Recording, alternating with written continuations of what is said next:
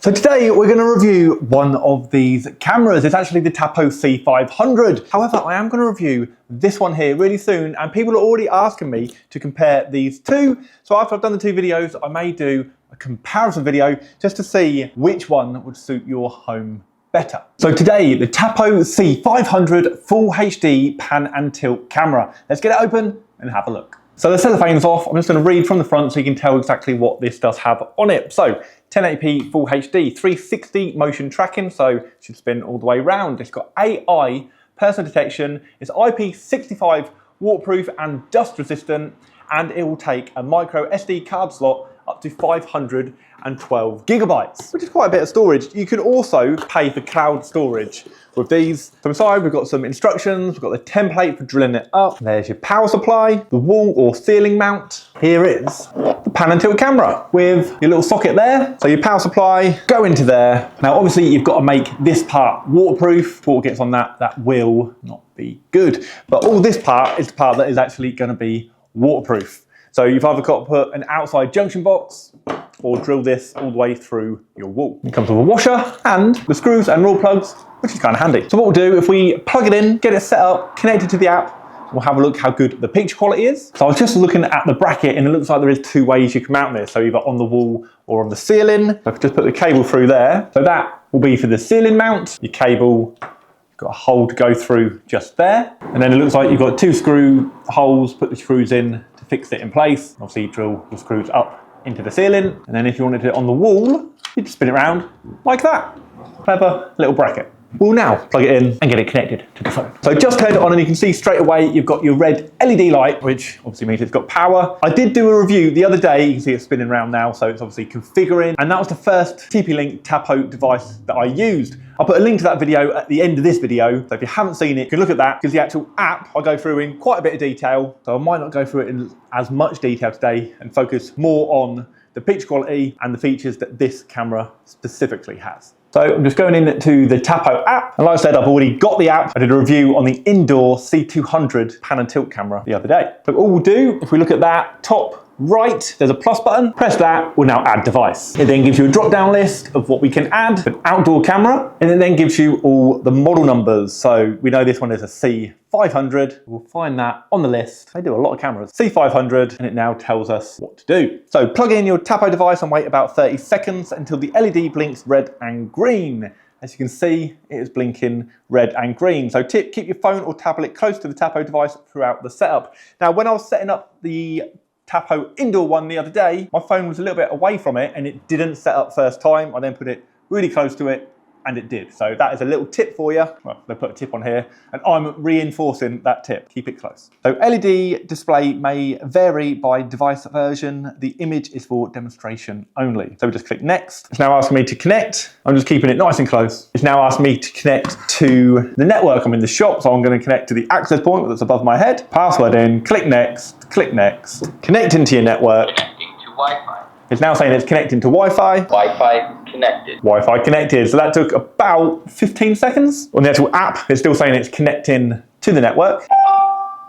You heard the noise? That must mean it's done. The light has turned green. The app is still saying connecting to network, so probably a little bit of a delay between the two. It now says pairing your Tapo device. It's now asking if you want to name your device. I don't want to name it. It pre-names it what it is, Tapo C500 EDA 5. I'm going to leave it like that, but you could name it what you want. It then asks you where you're going to put it. The other day I put study, so that's already remembered that. So I'm just going to click yes, so study, and then it asks you for an icon. I'm just going to select the first one I see, which is a little tree in a pot. So you've configured your Tapo device and it's ready for use. Sounds good. I've just clicked on the cloud service just to see how much it would cost if you wanted the cloud storage rather than the SD card that you could put in here. It says for one device, it's £2.79 for the first 6 months, £5.29 for two devices for the first 6 months, £7.49 for three devices for the first 6 months, and then £8.49 for 10 devices for the first 6 months. Or you can put an SD card in, up to you. It's now just telling me what this camera can actually do. So it's got 360 visual coverage with motion and tracking. It's got AI powered person detection. So it'll actually tell you when there is a person in there rather than cat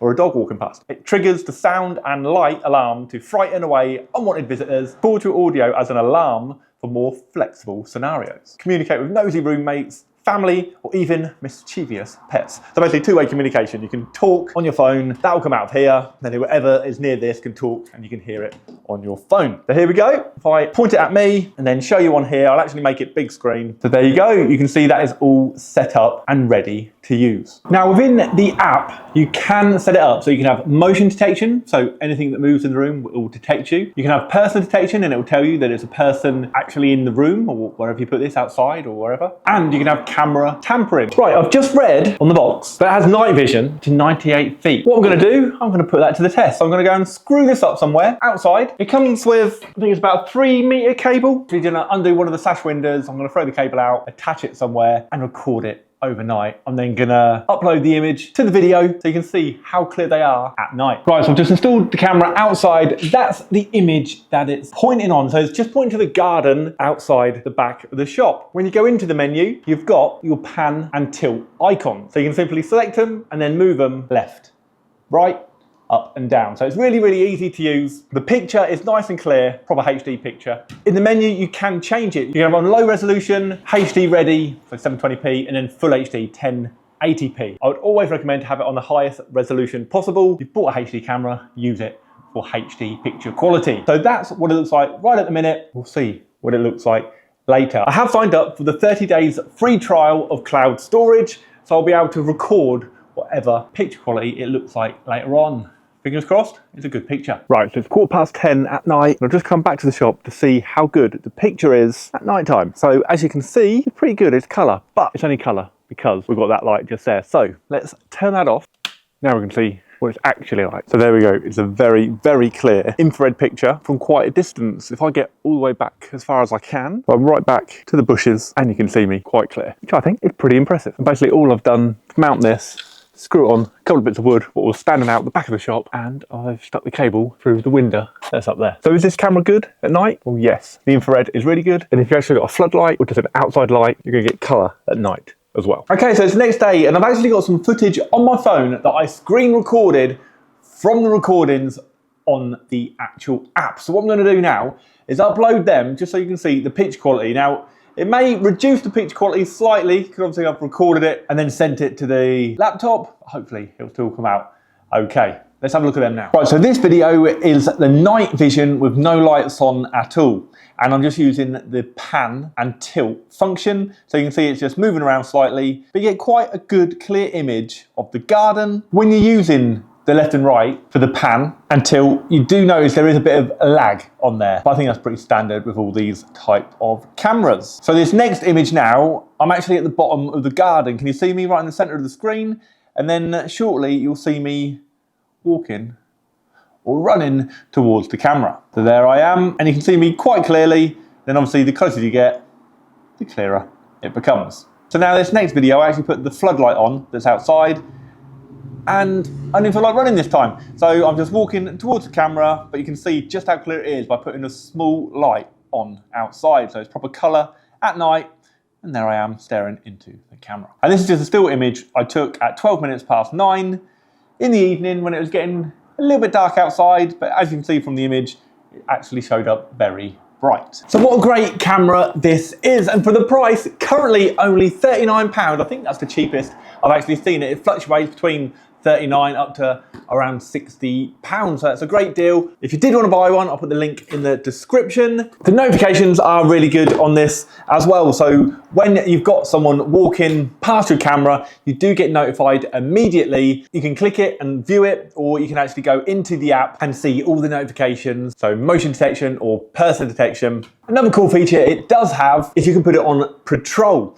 So that means you can set where you want the camera to be looking, and it will just keep patrolling that area. And remember, this has got a 360-degree field of view. So depending on where you put the camera, you can spin it all the way around and it can be patrolling all the time. But just on that note, when these are patrolling, just remember, if it's facing over here, you're now not recording over here. I always like to pair a panoramic camera with another camera as well. So you could have one of these as a fixed camera while these are patrolling around your yard. Right, if you have any questions, please let me know in the comments. I'll put the video link up here for the internal pan and tilt camera. I'll see you on the next video.